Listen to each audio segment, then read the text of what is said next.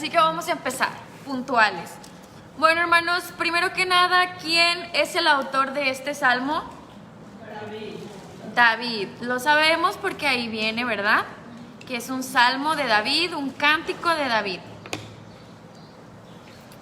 De David Hamelech, David el rey. Bueno, entonces ahí tenemos el autor, no hay que especular mucho. Sobre la ocasión en que se escribió este salmo, sí hay algunas opiniones diferentes. Algunos creen que fue durante una batalla con los filisteos, otros creen que fue después de vencer a Goliat, otros creen que fue pues en cualquiera de las batallas que David haya estado, pero algo así como un salmo de alabanza al Todopoderoso después de que el Eterno le concediera una victoria. Entonces, esas son algunas opiniones de algunos comentaristas. Rabinos dicen que en batalla, pero en batalla no una vez que ganó, sino más bien en medio del conflicto. Entonces son algunas opiniones y pues bueno, ahorita ya vamos a ver lo que nos dice el Salmo. No podemos asegurar ninguna de esas opiniones porque pues el Salmo no nos lo revela así, pero bueno, para que tengan una idea. Entonces vamos a empezar a hacer algunos comentarios acerca del Salmo, y el Salmo comienza precisamente alabando el nombre del Eterno. Dice, bendito sea Yahweh, y luego después inmediatamente David le llama como mi roca, mi roca. Entonces, a ver, aquí le preguntamos a Carlita. Carlita, ¿en qué características de una roca crees tú que David podría estar pensando al llamarle así al Eterno? ¿Por qué le llamaría mi roca? ¿Qué podría estar él pensando?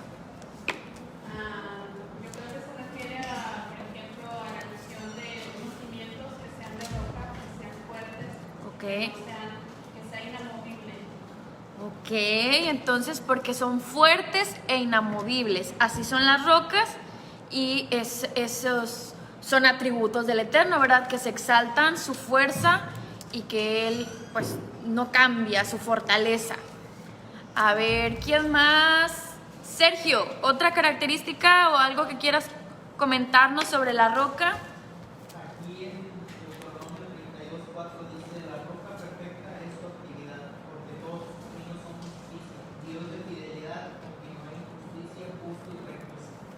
Yo creo que cuando se refiere a la roca, tal vez se refiere a estos atributos del Eterno: que Él es justo, que Él es recto, que Él es firme, que es fiel siempre. Ok, la firmeza de una roca y su justicia, ok. ¿Quién más? Keila, ¿alguna otra cosa que se te ocurra acerca de la roca y cómo David utilizaba este simbolismo para llamarle así al Eterno? Ya dijeron firmeza, fortaleza, fuerza. ¿Algo más? A lo mejor relacionándolo con que pues, la roca fue la que utilizó para vencer a Goliat, como el que da la victoria. Ok, muy bien. Esa es otra característica. ¿Alguien más que tenga otro comentario? Y también una roca puede ser como un escudo. Muy bien. Muy bien, ese está muy bien aplicado porque David va a empezar a hablar acerca de batallas, de guerras como tal. Entonces las rocas se utilizaban en medio de una guerra como un escudo, como dice la hermana, como pues las personas, los guerreros se escondían ahora sí que detrás de una roca para lanzar sus flechas, para que no los atacaran. Entonces es él está llamando como escudo, como protección, por la protección que el Eterno le brindaba. ¿Algo más que se les ocurra? Es que eran fundamentales. En el mundo antiguo, hablar de guerras, pues era hablar de rocas, ¿no? O sea, se usaban tanto como armas agresivas como defensivas, como decían, de escudos, pero también de ataque, como las rocas pequeñas con las que venció a Goliat, pero también rocas grandes, ¿verdad? Las rocas, como en Corazón Valiente, en la película, se lanzaban también. O sea, era un arma lanzar una roca grande, pero igual una pequeña, dependiendo de la fuerza. Y también de escudos las usaban para hacer como tipo fuertes y protegerse, como barricadas. Entonces eran indispensables las rocas en la guerra antigua. Sí, y luego de hecho decían que los que tenían como más victorias eran algunos que vivían como en regiones montañosas, ¿no? Creo que la Biblia habla, no sé si son los edomitas, ajá, que vivían precisamente en medio de rocas, en lugares donde había pues montañas. Entonces les iba muy bien porque conocían perfectamente dónde esconderse o cuáles podían utilizar como armas. Entonces David le llama roca al Eterno por todo esto que ustedes mencionaron, por la firmeza, la fortaleza, el refugio que encontraba en una roca. ¿Mande? Inamovible. Inconmovible. Ah, ok, también. Sí, como algo que no se mueve, se refiere. Ok. Sí, por la firmeza. Y otra cosa también, bueno, ¿no se les ocurre nada más? Para yo decirles otra que a mí se me ocurre. ¿Cuál? Fundamento, ok, muy bien. No hay nada que te pueda uno estar seguro. La roca es porque uno te puede parar en el freno, pero si te paras en la arena, o te paras en el pan, o te paras en el agua. Ah, muy bien. O sea, ahí puedes estar como, le estaría diciendo a mi roca, como diciéndole mi seguridad, ¿verdad? Mi refugio, mi seguridad, mi protección, mi fortaleza, porque tú eres firme, fuerte. ¿Algo más?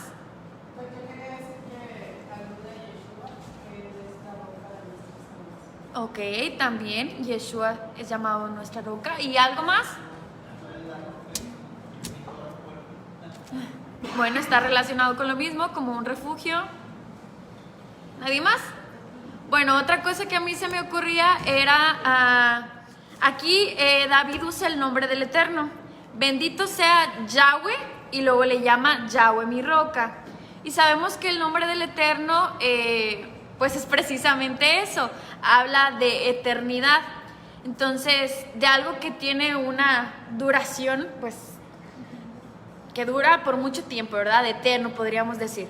Hasta cuando hablamos acerca de los montes o de las montañas, decimos que pues duran por mucho tiempo, ¿verdad?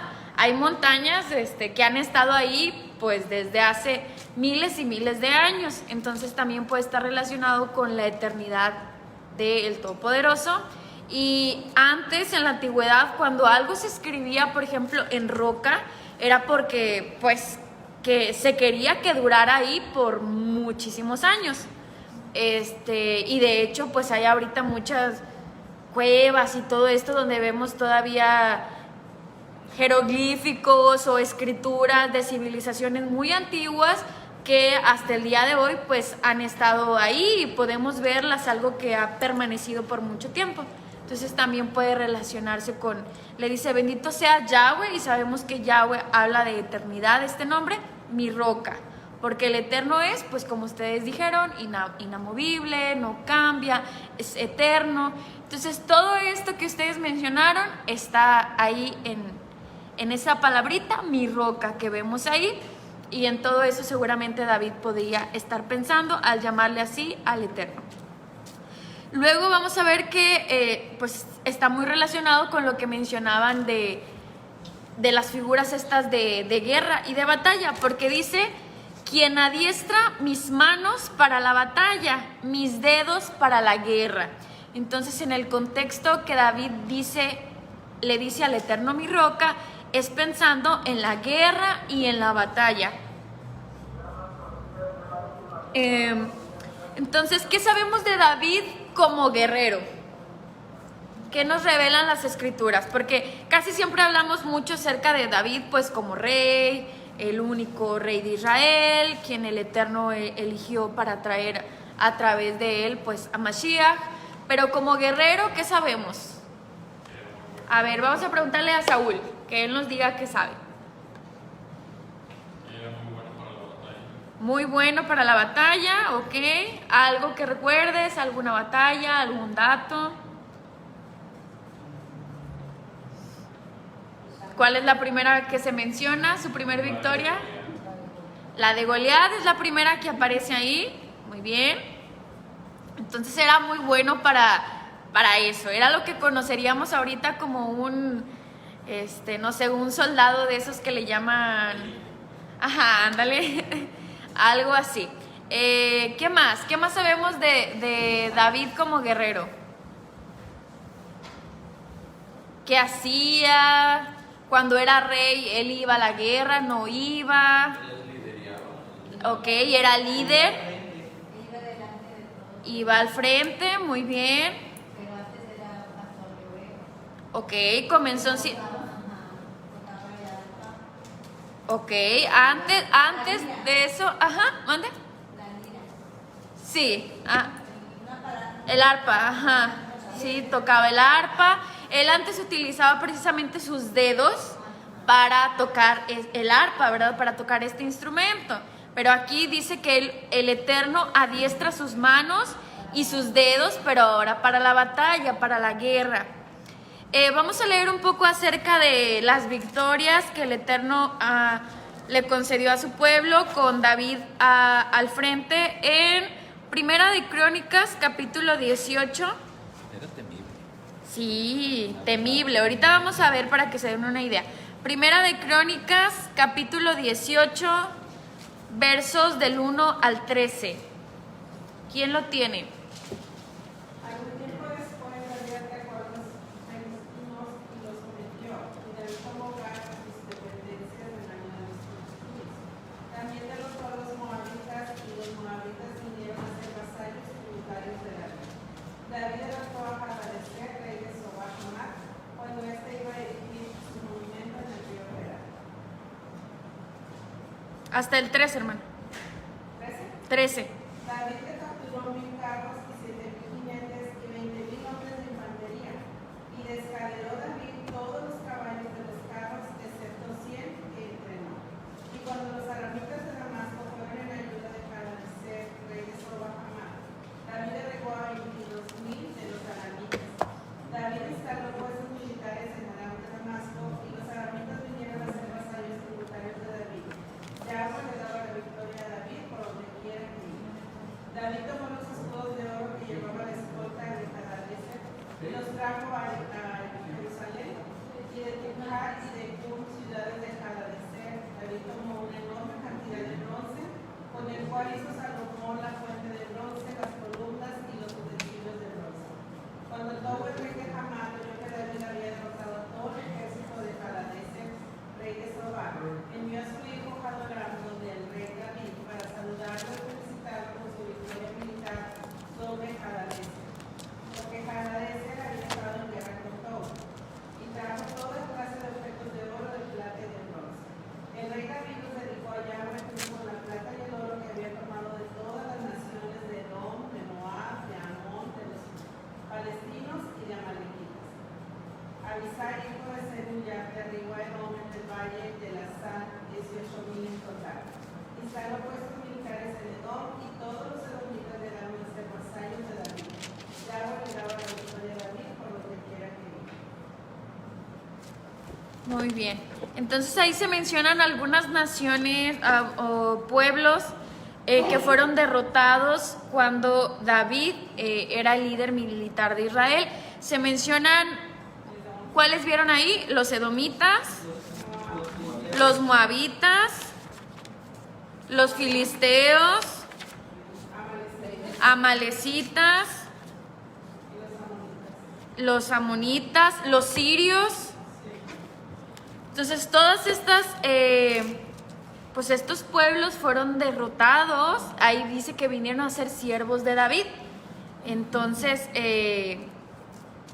pues era temible, como dice el pastor. O sea, no eran batallas así, algo chiquito, no, eran guerras de miles de soldados con David liderando. muchos miles de soldados que tenía a su cargo y pues él siempre estaba ahí al frente de la batalla, ¿verdad? Entonces era un líder militar, algo como lo que vemos con Yehoshua, que también era bueno para la guerra. También David tenía pues este atributo, tenía esta capacidad que el Eterno le concedía. Entonces pues era un guerrero en todo el sentido de la palabra. Y aquí es por eso que David le dice al Eterno que él es quien adiestra sus manos y sus dedos, porque con sus manos y sus dedos le servían, pues, ¿para qué? En las batallas. Pues para defenderse. ¿Y qué armas creen que David utilizaba? Arco, ok, ¿qué más? Lanza, ok, tal vez, espada. No sabemos exactamente qué armas hacía al 100%, pero en esas guerras seguramente eran así: arcos, piedras, espadas. ¿Mande? Pues a lo mejor, sí, ya en estas guerras tan grandes pudiera ser que utilizaba estas armas. ¿Y qué creen que le quiere decir al Eterno David cuando dice que él es quien adiestra sus manos? ¿Qué es adiestrar? Preparar, ok. ¿Qué más es adiestrar? Para que pueda usarlas bien, ok. ¿Qué más?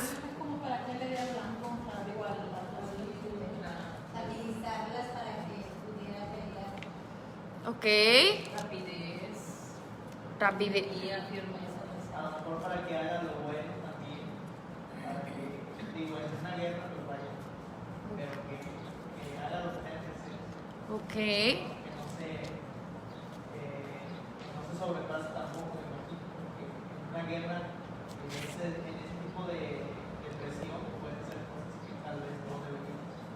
Ok, a ver, aquí se me pasaron algunos comentarios.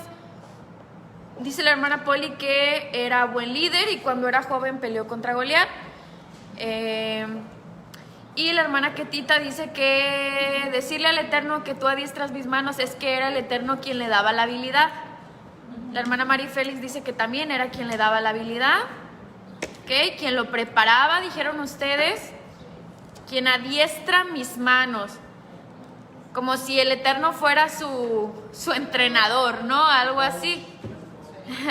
Algo así. Quien lo está preparando es lo que está diciendo aquí David, que es el Eterno quien lo prepara. ¿Alguna otra opinión? ¿Qué más significa? Tú adiestras mis manos y mis dedos. Yo creo que hasta hoy en día nosotros, o sea, cuando vamos a hacer algo, siempre le pedimos al Eterno que nos dé ese favor, esa gracia, por ejemplo, una maquiladora, ¿va? Que haga que nuestras manos, o sea, se muevan. O sea, hasta el día de hoy se sigue eso que él decía, ¿va? Que le pedía al Padre, hasta el día de hoy lo hacemos todavía. Ok, muy bien. Y ahorita vamos a ir para allá, para lo que... Buen instrumento ahí, úsame. Ok, ahorita vamos a ver qué aplicaciones podemos hacer. Bueno, entonces eso puede ser una. Entonces ya mencionamos algunas distintas armas que seguramente David utilizaba. También sabemos que David, cuando era un joven y cuando iba a pelear con David, cuando va con Saúl, ¿qué le da? Cuando iba a pelear contra Goliat. Le pone una armadura y un casco y una espada. ¿Y qué le dice David?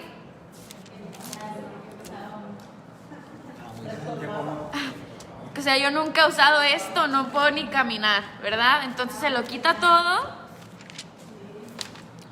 y va contra Goliat. ¿Y cómo le llamaba David a Goliat? No le llamaba gigante. ¿Cómo le llamó?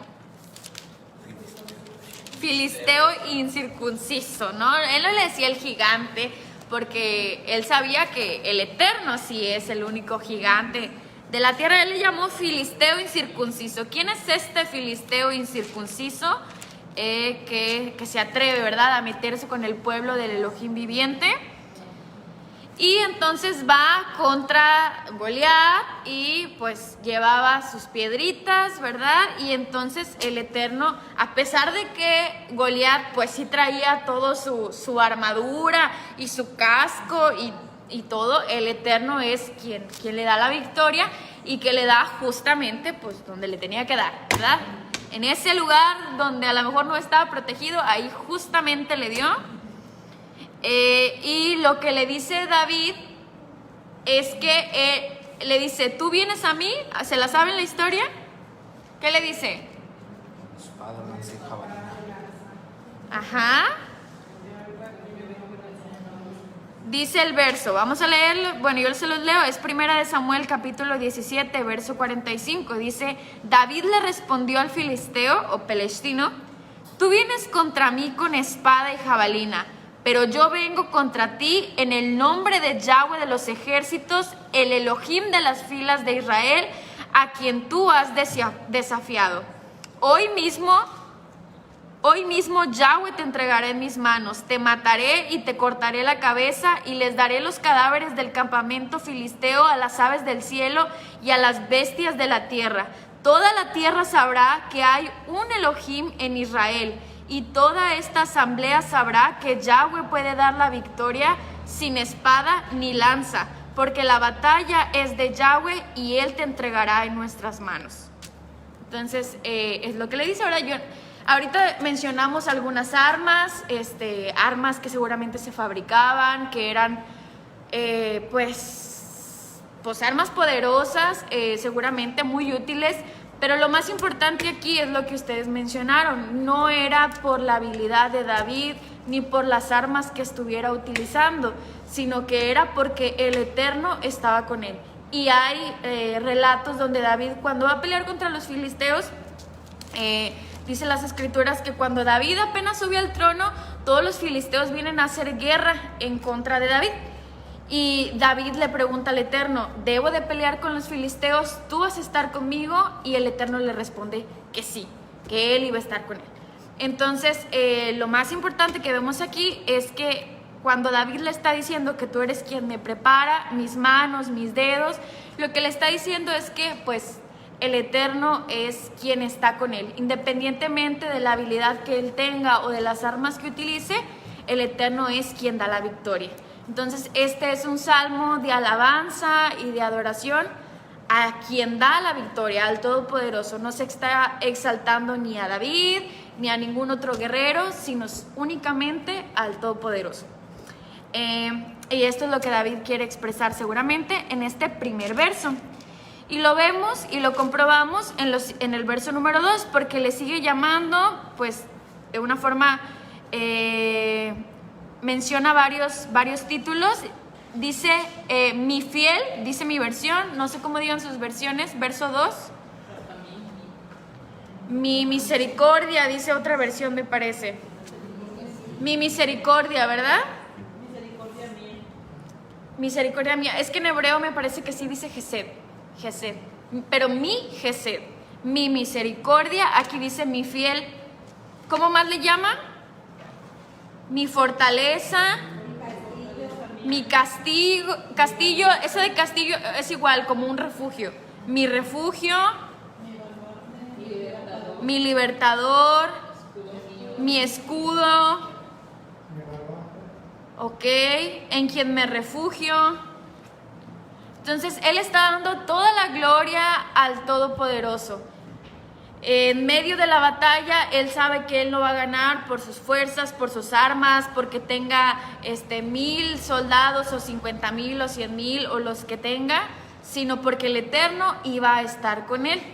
Porque el Eterno es quien lo está protegiendo. Él por eso le llama mi escudo, mi fuerza, mi libertador, mi fortaleza, mi misericordia. Y ahora bien, ahora sí vamos con lo que decía la hermana Shirley. Según esto que acabamos de comentar en los versos 1 y 2, ¿cómo podemos aplicar esto de las batallas de David, que eran guerras, pero a las batallas que enfrentamos nosotros hoy en día? ¿Qué aplicaciones o qué lecciones podemos obtener de esto. Y ya la hermana Silek nos decía algo, que en todo lo que hagamos hay que pedirle al Eterno que sea Él quien nos use. ¿Alguna otra lección? A ver, aquí le preguntamos. Hermana Leida, ¿algo que se le ocurra? Que podamos aplicar a nosotros. Sí, pues nosotros también tal vez nos estamos con batallas, así como David, ¿verdad? Físicas, de guerras o relaciones o entre hombres, vaya, pero tenemos muchas luchas en el día a día de diferente tipo y tal vez puede ser también para nosotros igual de fuertes, ¿verdad? O sea, emocionalmente, como cargas muy pesadas. Entonces, pues Él es nuestra roca. Estas experiencias de David nos enseñan, en lo que yo leí, me gustó que siempre decía que el Eterno era el que iba con Él y andaba la victoria, ¿verdad? Entonces, David salía victorioso porque Él estaba con Él, o sea, Él iba delante de Él peleando, así como se lo declaró a Goliat, ¿verdad? Él te voy a matar porque no Él se va a entregar en nuestras manos. Entonces, que esta convicción puede estar en nosotros siempre que nos enfrentemos a un problema, no importa si lo vemos muy grande. Por ahí hay una frase que yo creo que todos conocemos, ¿verdad? Que dice Dios es más grande que los problemas. Entonces, que en Él nos refugiemos, que sea nuestra roca y eternamente, ¿verdad? Entonces, no importa cuántos problemas puedan venir a nosotros ni de qué tamaño, el Eterno es el mismo hoy, ayer y por siempre. Muy bien. Amén, amén. Entonces, tener la convicción de que el Eterno va con nosotros. Muy bien. Hermana Rosy, ¿otra cosa que quiera compartirnos? Que podamos aprender de esto que hemos comentado y podamos aplicar a nosotros. Él es quien nos prepara también así como para las pruebas. Ok. De una de otra manera, ¿verdad? Porque pues, a veces sí llegan pruebas muy duras y no sabemos ni cómo desmontarnos, pero es el paro que nos sacó adelante en esos momentos tan duros, tan difíciles que a veces sentimos que ya no podemos más y no sé, de repente llega esa luz, ¿verdad? Ese libertador, ese baluarte, ¿verdad? Que nos levanta, que nos protege, que nos hace seguir adelante, aún en contra de todo de lo que podamos ver, salimos adelante y salimos victoriosos porque Él está con nosotros. Muy bien. Al menos yo lo he experimentado muchísimas veces. Muy bien, hermana. A ver, ¿quién más? Hermana Hilda, por allá, más atrás, ¿algo que quiera comentarnos? Sí, que todos los atributos que dimos o que se dieron ahorita son como el escudo, pues el Eterno es nuestro escudo, debemos de ser disponibles también, no variar nosotros Él es, y tantos atributos para usarlos también para nuestra vida diaria. Ok. Conocer los atributos del Eterno y pedirle que pues podamos usarlo en favor nuestro, ¿ok? ¿Algo más? Bueno. Muy bien, hermano. Y otra cosa que a mí también me quedé pensando es que, pues, el Eterno, el que es todopoderoso, pues, seguramente Él podía vencer a los enemigos, no sé, de una forma quizá más sencilla, que dijéramos, ay, es que pues se la pasaba luchando David, una batalla y otra. Entonces yo pensaba que pues es el Eterno quien precisamente nos pone a veces así en medio de esas pruebas y que son necesarias. Entonces tenemos que luchar, pues van a llegar esas pruebas, esas batallas van a llegar y tenemos que enfrentarlas, tenemos que luchar nosotros, pero es el mismo Eterno quien está con nosotros y nos ayuda a salir victoriosos, pero es necesario que enfrentemos pues esas batallas en nuestra vida diaria, así como David pues tenía que pelear, era lo que le tocaba, así también nosotros. Y el mismo Eterno, así como ellos tenían sus armas de guerra, nos ha dado también a nosotros pues recursos y armas. ¿Cuáles serían nuestras armas de guerra que podemos utilizar? La oración es una arma muy poderosa, su palabra, así es. La fe es una arma muy poderosa. Entonces tenemos estas armas, la oración, la fe, su palabra, el poder que hay en su nombre, en conocer su nombre y poder expresar su nombre. Son armas muy muy poderosas y el mismo Eterno nos las da y Él mismo nos prepara, nos dice cómo tenemos que utilizarlas. Él nos adiestra, nos prepara para poder utilizar la oración correctamente, su palabra correctamente. Entonces Él nos da las armas y nos prepara. Muy bien, entonces esto es del verso número 1 y del verso número 2. Ahora, a ver, ¿a quién le preguntamos? A la hermana Felipa. Hermana Felipa, ¿en qué reflexiona David en el verso número 3? ¿Qué vemos ahí en el verso número 3? Que David como que reflexiona, medita, que lo hace en forma de pregunta.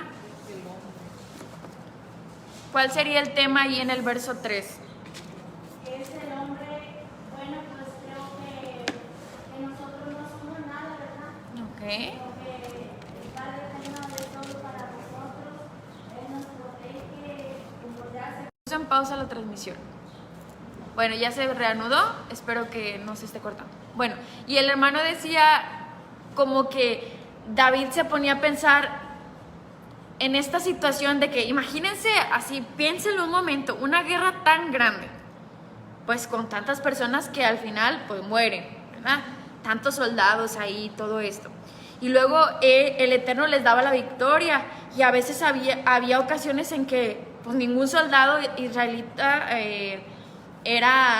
moría. Y entonces David como que en medio de esa circunstancia, cuando ya finaliza la guerra y todo esto, ahí es donde piensa, ¿qué es el hombre?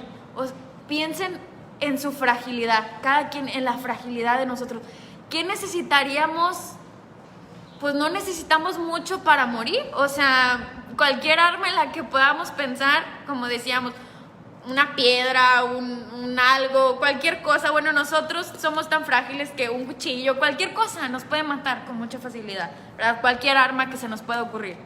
De las armas que hay ahorita, pues una pistola, lo que sea, ¿verdad? Somos muy frágiles. Entonces David se maravillaba al pensar cómo era que el Eterno, al enfrentarse a tantos miles y miles de soldados, y eran batallas cuerpo a cuerpo, por eso David menciona las manos, menciona los dedos, porque eran batallas cuerpo a cuerpo, no a la distancia ni nada. A veces llegaban al punto de enfrentarse así y salir ahora sí que bien librados, sin heridas. Era algo que David decía, ¿qué es el hombre? ¿Qué soy yo? ¿Está siendo yo tan frágil? Y que pueda salir victorioso y que el Eterno tenga ese cuidado especial conmigo, con cada uno de los que estamos aquí, nos maravilla. Entonces es esto en lo que pensaba David en el verso número 3 y así se conecta pues con el contexto de batalla y de guerra. Entonces el verso número 3 nos invita a pensar en la fragilidad del ser humano, lo frágiles que somos cada uno de nosotros a cualquier cosa, a enfermedades, cualquier batalla que podamos ahorita mencionar. Somos tan frágiles. ¿Y qué somos nosotros, hermanos, para que el Eterno nos haya librado tantas veces?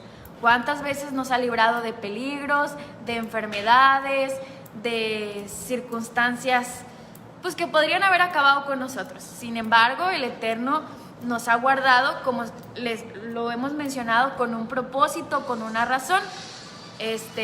No nos ha traído hasta aquí, hasta la edad que usted tenga, ni lo ha guardado desde chiquito y de todos los males seguramente que usted ha tenido que atravesar, pero ha salido bien librado. Es por una razón, por un propósito muy especial que el Eterno tiene para usted. Entonces, así somos de frágiles, y en eso piensa David en el verso número 3 y en el verso número 4. Dice el verso número 4, el hombre es como un ¿qué? Soplo, como un suspiro, como un aliento. Y ya, está diciendo que la vida del hombre es ¿cómo? Corta, ok. rápida. Bueno, no insignificante, pero rápida, más bien rápida, corta, como breve, como una sombra que pasa.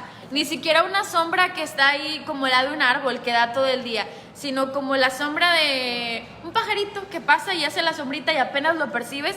Así está comparando la vida del ser humano. Esa era la reflexión que él llegó en medio de la guerra y de la batalla. Tan breve, tan corta que es la vida, y pues cuando te das cuenta de eso, pues tienes que, como decía el pastor hace rato, darle importancia a lo que merece importancia, por lo corto y rápido que es la vida y por el valor que tenemos que darle, porque el Eterno nos está dando un valor muy especial a nosotros, a librarnos de todos estos peligros y de todos estos males y de enfermedades. Cada día Él nos está dando pues un propósito, nos está dando un valor, y nosotros tenemos que reflexionar en ello, entender el valor que el Eterno nos está dando y ese propósito, y pues aprovechar bien esos días que son breves y se nos pueden ir así. Ya para cuando te acuerdes, pues ya pueden haber pasado muchos años, se puede ir muy rápido la vida. Dice la hermana Poli, tanto en nuestra vida profesional como familiar, el Eterno es quien nos prepara para hacerle frente a las diversas situaciones que nos ha tocado vivir. Enfermedades, muerte de familiares, problemas económicos. Gracias al Eterno vemos que gracias a su preparación pasamos victoriosos de aquella situación, y no hay más que agradecerle, porque sin Él no hubiéramos podido. Muy bien, hermana, muchas gracias. Bueno, vamos a seguir adelante. Entonces dijimos que David reflexiona en la fragilidad del hombre, y luego en los versos números 5, 6 y 7, ¿a qué les recuerdan las figuras que utiliza David? ¿A qué eventos? La entrega de la Torá. Ok, la entrega de la Torá, el monte Sinaí. Dice: oh Yahweh, inclina tu cielo y baja, toca las montañas y humearán. Entonces la figura es, hay una montaña humeando, relámpagos, el Eterno. Y luego en el verso número 7 dice: sálvame de las ¿qué? De las impetuosas aguas. Entonces un rescate de las aguas.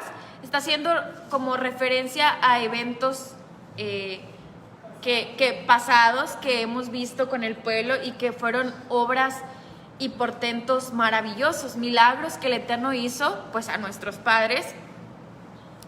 Y es lo que David está pidiendo aquí al Eterno: inclina tu cielo y baja, toca las montañas y humearán, lanza relámpagos y dispérsalos, dispara tus flechas y hazlos huir, extiende tus manos desde lo alto, rescátame, sálvame de las impetuosas aguas, de la mano de los extranjeros. Entonces, en medio de una guerra y de una batalla, cuando ya ves que ahora sí ya a lo mejor aquellos son más que nosotros, o ya se ve muy cerca la muerte, David dice como: baja del cielo y toca las montañas y lanza relámpagos como flechas. Entonces está pidiendo la manifestación del Eterno de una forma muy palpable, muy especial, para que los librara de esas batallas que estaban enfrentando. Bueno, vamos a seguir adelante. ¿Quiénes son los extranjeros que se mencionan en los versos 7 y 11? ¿Y qué los caracteriza? Dice: sálvame de los extranjeros. ¿Qué caracteriza a esos extranjeros? ¿Que son de otro país? Extraños, dice otra versión. ¿Qué es la principal característica que se menciona ahí de ellos? La vanidad. Ok, mentira, vanidad. Cuya boca habla mentira y cuya diestra muestra mentira. Falsos, ok. Entonces lo que los hace extraños al pueblo, ajenos al pueblo, es su comportamiento, no su nacionalidad, ¿verdad? No le está diciendo extranjeros, como dicen unas versiones, porque sean de otro lugar, sino que lo que resalta ahí es su comportamiento, que son falsos, que son mentirosos, vanidosos, pero sobre todo lo que hablan con su boca. Y lo vemos porque hay un contraste. ¿Cuál es el contraste que hace David entre estos extranjeros y lo que se menciona en el verso número 9. Hay un contraste en el verso 8 y 9. ¿Cuál es ese contraste?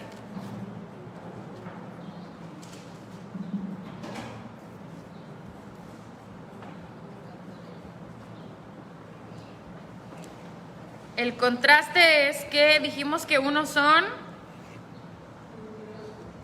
Ok, entonces, unos son mentirosos y el contraste, ¿cuál es? Bueno, sí, pero ¿qué dice David? Los que alaban, cantan aspectos nuevos. Ok, pero lo principal que vemos ahí el contraste sería lo que hacen unos con su boca y lo que haría David. Ese es el contraste.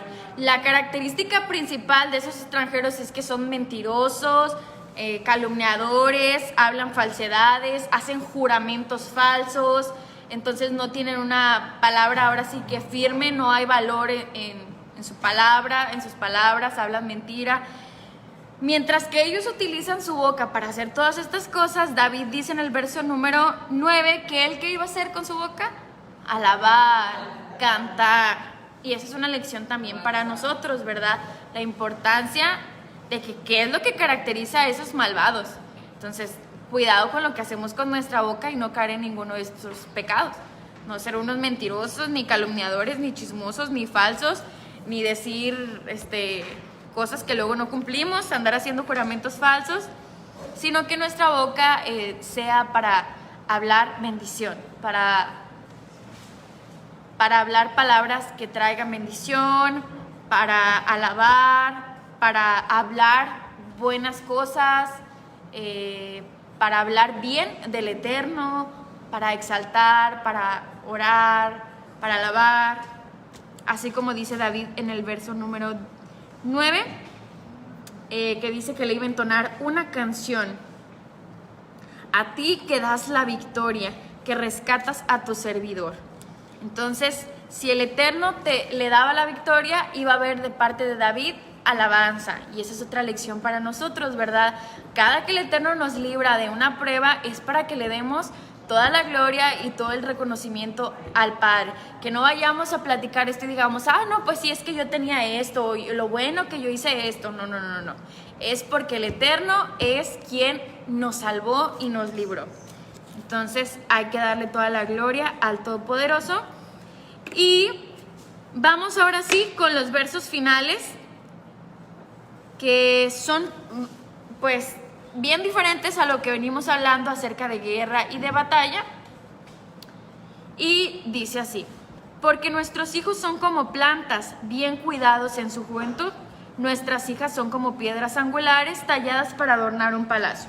Nuestros almacenes están llenos, tienen productos de todas clases.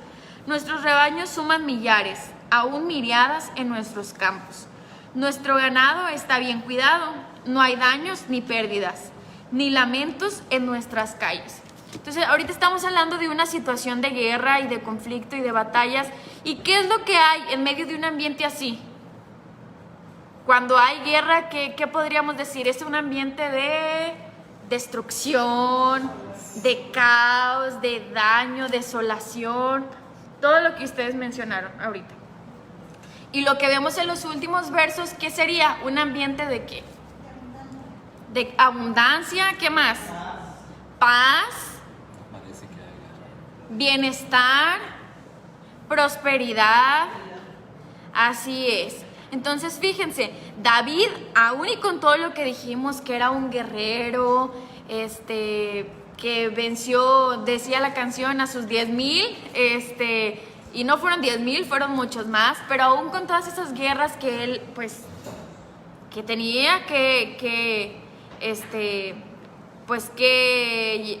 participar en esas guerras, aún con todo eso, en los últimos versos vemos retratado el anhelo de David. Él no anhelaba más guerra, no anhelaba más peleas, más enfrentamientos con otros enemigos.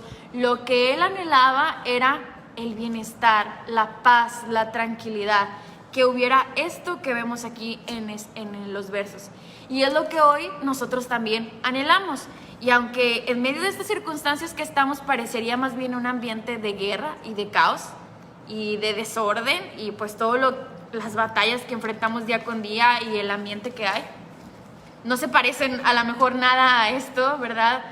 De alguna manera nosotros lo experimentamos pues de una forma muy personal quizá en nuestros hogares, pero esto como una realidad, así, una realidad completa, general, donde todos lo que dice aquí de abundancia, de prosperidad, de paz, de tranquilidad, se va a hacer realidad. ¿Cuándo, hermanos?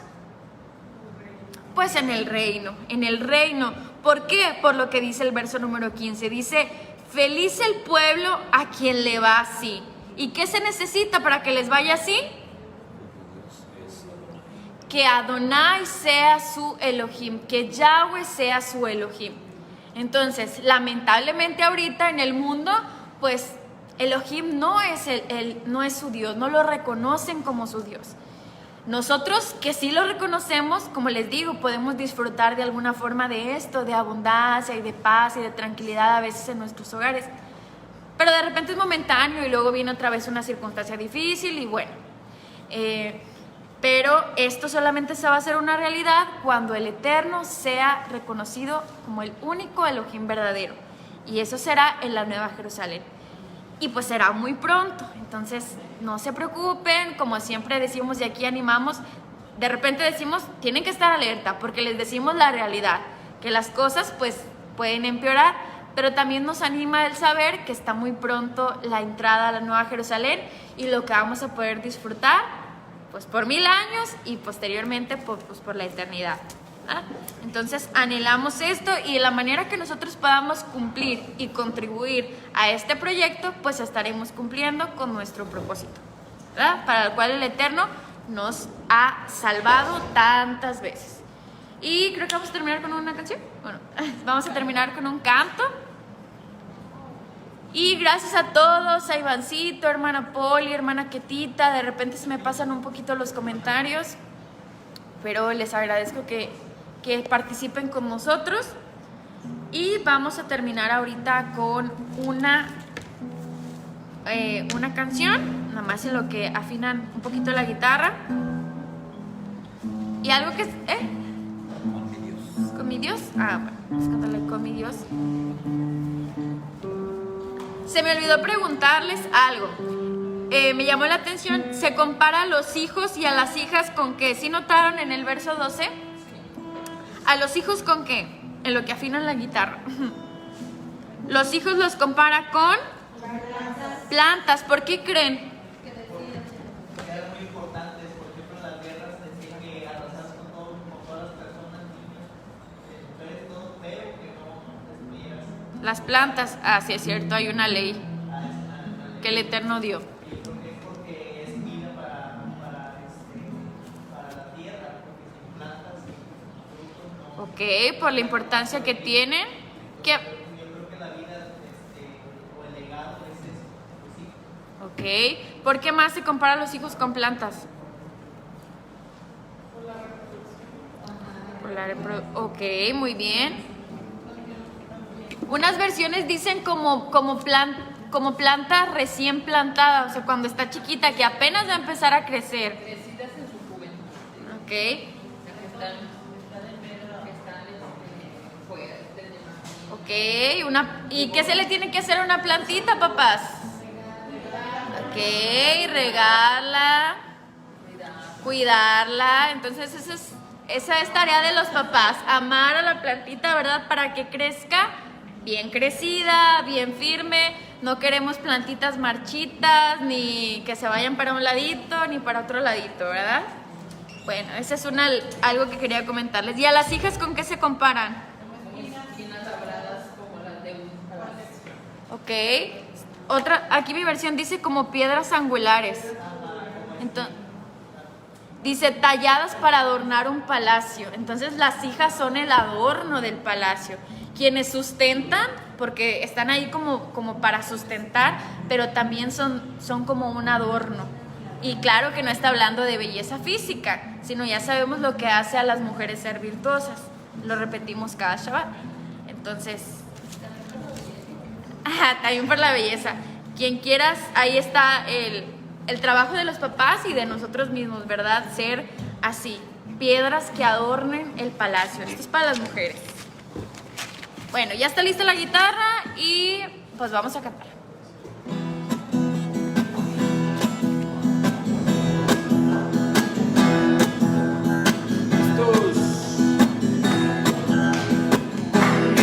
Yo saltaré los muros, con mi Dios ejércitos derribaré, con mi Dios yo saltaré los muros, con mi Dios ejércitos derribaré. Él adiestra mis manos para la batalla. Toma con mis manos el arco de bronce. Eres mi escudo, la roca mía. Eres la fuerza de mi salvación, mi alto refugio y mi fortaleza. Mi libertador. Eres mi escudo, la roca mía.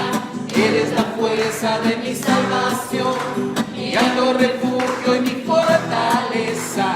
Mi libertador. Otra vez. Con mi Dios yo saltaré los muros, con mi Dios ejércitos derribaré, con mi Dios yo saltaré los muros, con mi Dios ejércitos derribaré. Él adiestra mis manos para la batalla, no tomar con mis manos el arco de bronce. Eres mi escudo, la roca mía. Eres la fuerza de mi salvación, mi alto refugio, mi fortaleza. Mi libertador. Eres mi escudo,